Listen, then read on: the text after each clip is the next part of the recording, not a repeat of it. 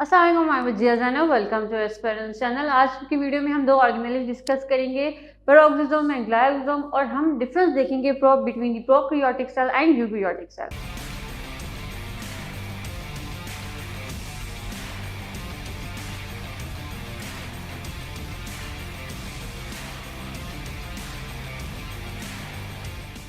हम देखते हैं पेरोक्सिसोम्स के बारे में। तो पेरोक्सिसोम ऐसी ऑर्गेनेली है, सिंगल मेम्ब्रेन ऑर्गेनेली है, ठीक है। अगर हम देखें तो ये एक स्मॉल स्फेरिकल ऑर्गेनेली है जिसके अंदर बहुत सारे डिफरेंट एंजाइम्स प्रेजेंट होते हैं जो इंपॉर्टेंट होते हैं फॉर दी मेटाबॉलिक रिएक्शन, ठीक है। उसके बाद अगर हम इसके देखें, अगर इसके पेरोक्सिसोम्स कहाँ कहाँ प्रेजेंट होते हैं, पर्टिकुलरली जिन सेल्स में ये प्रेजेंट होते हैं उनमें हमारे पास क्या है, लिवर सेल्स हैं, और उसके बाद हमारे पास क्या है, किडनी सेल्स। किडनी सेल्स और लिवर सेल्स में ज़्यादा प्रेजेंट होते हैं क्योंकि वहाँ पे जो फैटी एसिड्स की मेटाबॉलिज्म हो रही होती है वहाँ पे उन सेल्स में ज़्यादा होती है।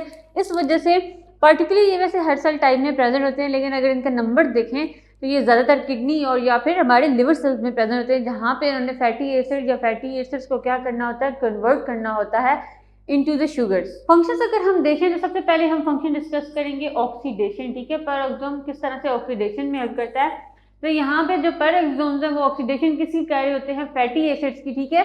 जो लॉन्ग चेन्स होती हैं फैटी एसिड्स की उसको कन्वर्ट करते हैं इनटू स्मॉलर मॉलिक्यूल्स, जो कि उन स्मॉलर मॉलिक्यूल्स को फिर सेल वहाँ से अपनी एनर्जी इनटेक भी कर सकें और फिर वो क्या है, इजीली ट्रांसपोर्ट भी हो सकते हैं to the mitochondria for the further energy production, ठीक है। जो लार्जर मॉलिक्यूल्स होते हैं फैटी एसिड्स उनको पहले वो कन्वर्ट करते हैं स्मॉलर मॉलिक्यूल ताकि वो इजीली ट्रांसपोर्ट भी हो सके और फिर उन सेल से या उन जो स्मॉल मॉलिक्यूल्स हैं उनसे अपनी एनर्जी की रिक्वायरमेंट पूरी की जा सके। नेक्स्ट हमारे पास डिटॉक्सिफिकेशन। तो पेरोक्सिसोम में कुछ ऐसे एंजाइम्स भी होते हैं हमारे पास हार्मफुल सब्सटेंसेस होते हैं, उनकी डिटॉक्सिफिकेशन करते हैं। तो अगर हम बात करें तो जो पेरोक्सीडेस एंजाइम होता है पेरोक्सिसोम्स के अंदर, वो अल्कोहल को क्या करता है, डिटॉक्सिफाई करता है।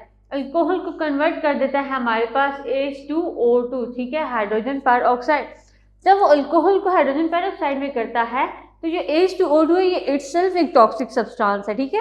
अब इसको कन्वर्ट करने के लिए यहाँ पे किस एंजाइम ने परफॉर्म किया अपना फंक्शन, पर ऑक्सीडेस, ठीक है, जिसने अल्कोहल को हाइड्रोजन पर ऑक्साइड में कन्वर्ट किया। अब क्योंकि हाइड्रोजन पर ऑक्साइड इटसेल्फ एक टॉक्सिक सब्सटेंस है तो इसको भी एक यूजफुल सब्सटेंस में हमने कन्वर्ट करना है ताकि वो हार्मफुल ना हो।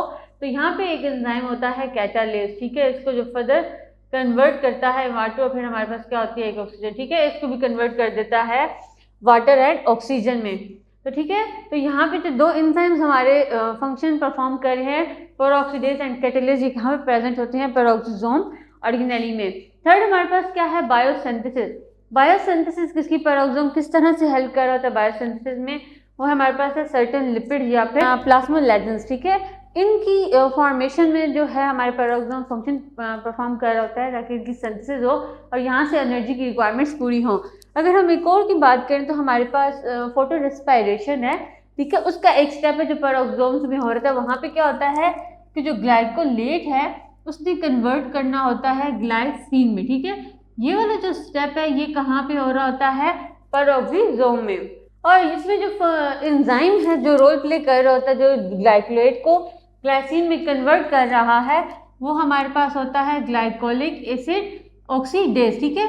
ये एंजाइम है जो कि फोटो रेस्पिरेशन का एक इम्पोर्टेंट स्टेप है। फोटो रेस्पिरेशन का इम्पोर्टेंट स्टेप है जो जहाँ पे ग्लाइकोलेट को ग्लाइसिन में कन्वर्ट करना होता है।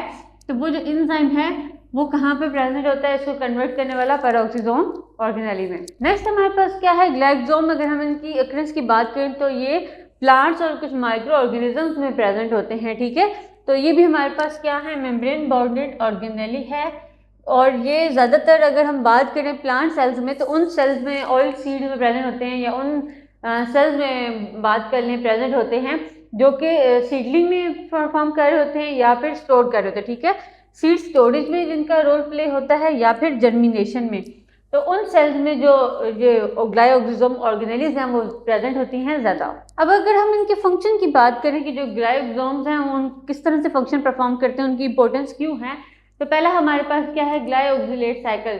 तो ग्लाइकोक्सिलेट साइकिल ग्लाइकोसोम में ये पर्टिकुलरली एसोसिएटेड होता है, ठीक है। जहाँ पे क्या होता है, ग्लाइकोक्सिलेट साइकिल होता है, उस साइकिल में क्या होता है, इस पाथवे में जो अलाउ करता है प्लांट को या माइक्रो ऑर्गेनिजम्स को कि वहाँ के जो फैटी एसिड्स हैं उनको कन्वर्ट कर दे कार्बोहाइड्रेट्स, ठीक है।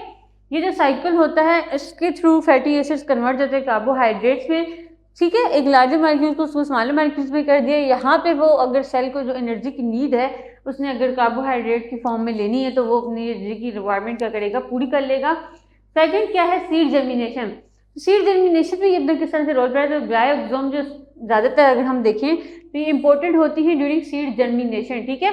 तो क्या होता है कि जब सीड जर्मिनेट कर रहा होता है कि वहाँ पे उसको जो स्टोर्ड लिपिड्स होते हैं वहाँ से उसको एनर्जी चाहिए होती है, तो वहाँ पे जो लिपिड्स होते हैं स्टोर हुए हुए उनको फिर वो क्या करता है, एनर्जी के सोर्स की तरह से यूज़ करता है और उनको कन्वर्ट कर देता है फैटी एसिड को इनटू शुगर।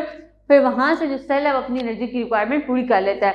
तो इस तरह से जो ग्लाइकोसोम्स हैं वो इम्पोर्टेंट होते हैं सीड जर्मिनेशन या सीड स्टोरेज के जो सेल्स इन्वॉल्व होते हैं उनके अंदर। और हमने पेरोक्सोम्स के बारे में देखा कि वो भी इम्पोर्टेंट होते हैं। उनके अंदर कुछ एंजाइम्स होते हैं जो कि हमारे पास लार्जर मॉलिक्यूल्स को स्मॉलर मॉलिक्यूल्स में कन्वर्ट करते हैं और कुछ डिटॉक्सिफिकेशन करते हैं हमारे हार्मफुल सब्सटेंसेस की जो हार्मफुल मॉलिक्यूल्स प्रेजेंट होते हैं। हमने सेल्स के बारे में जो देख लिया, हमारा जो चैप्टर था उसका ये लास्ट टॉपिक है, हम जो डिस्कस करने लगे हैं।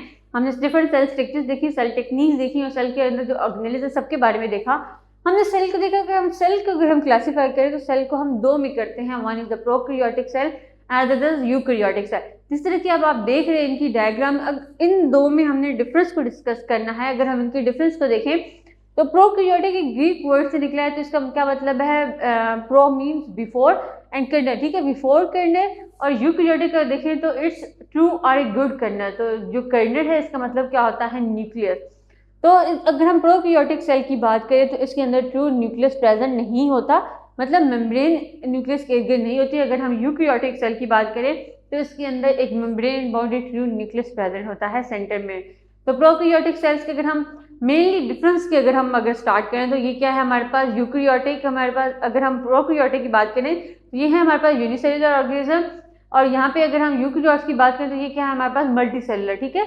दे are unicellular, they are multicellular. उसके बाद अगर हम प्रोकैरियोटिक की बात करते हैं, डिफरेंसेस देखते हैं, तो प्रोकैरियोटिक के अंदर मेम्ब्रेन बाउंडेड ऑर्गेनेल्स प्रेजेंट नहीं होती। जिस तरह मैंने बात करा था कि न्यूक्लियस प्रेजेंट है लेकिन उसके इर्द गिर्द क्या है, मेम्ब्रेन प्रेजेंट नहीं है, तो वो डिस्पर्स किया होता है साइटोप्लाज्म में। लेकिन हम यूकैरियोटिक की बात करें तो यहाँ पे ट्रू न्यूक्लियस होता है और उसके इर्द गिर्द क्या होती है, मेम्ब्रेन भी प्रेजेंट होती है। और यूकैरियोट्स के अंदर क्या होता है कि सारी मेम्ब्रेन बाउंडेड ऑर्गेनेल्स प्रेजेंट होती हैं। एक कॉमन चीज क्या है कि इन दोनों के अंदर राइबोसोम्स प्रेजेंट होते हैं जो कि नॉन मेम्ब्रेनस होते हैं। और इसमें अगर हम राइबोसोम्स की भी डिफरेंस की बात करें तो प्रोकैरियोट्स में हमारे पास 70s राइबोसोम्स स्मॉलर होते हैं और यूकैरियोट्स में होते हैं 80s राइबोसोम जो साइज में क्या होते हैं, लार्जर होते हैं। उसके बाद अगर हम डिफरेंस की बात करें तो प्रोकैरियोटिक सेल्स में हमारे पास क्या है, सेल वॉल प्रेजेंट होती है। और अगर हम यूकैरियोट्स की बात करें तो इनमें एनिमल्स, और यहाँ पे हम क्लासीफाई करें एनिमल्स, प्लांट्स और फंजाई को, तो एनिमल्स में हमारे सेल वॉल प्रेजेंट नहीं होती बल्कि प्लांट सेल्स में होती है। और उसके बाद फंजाई भी होती है, जिसे हमने पीछे पढ़ चुके हैं कि इनकी सेल वॉल में थोड़ा डिफरेंस होता है प्लांट की, फंजाई की और प्रोकैरियोट्स की। तो सारे प्रोकैरियोटिक सेल अगर हम बात करें बैक्टीरिया की, तो बैक्टीरिया की जो सेल वॉल है वो प्लांट से और फंजाई से डिफरेंट है। लेकिन सारे बैक्टीरिया में सेल वॉल प्रेजेंट नहीं होती, कुछ ऐसे बैक्टीरिया जिसमें माइकोप्लाज्म है जिसके अंदर सेल वॉल प्रेजेंट नहीं होती। उसके बाद अगर हमने न्यूक्लियस का देखा, उसके बाद हम इनकी डीएनए की बात करें तो प्रोकैरियोट्स में हमारे पास जो डीएनए होता है वो in the form of circular होता है और यूकैरियोट्स में ज़्यादातर डीएनए लीनियर फॉर्म में होता है। और जो मेन डिफरेंस है, जो प्रोकैरियोटिक सेल है उसमें सेक्सुअल रिप्रोडक्शन नहीं होती बल्कि ये डिवाइड कर रहे होते हैं, जो सेल डिवीजन होती है वो थ्रू बाइनरी फिशन होती है।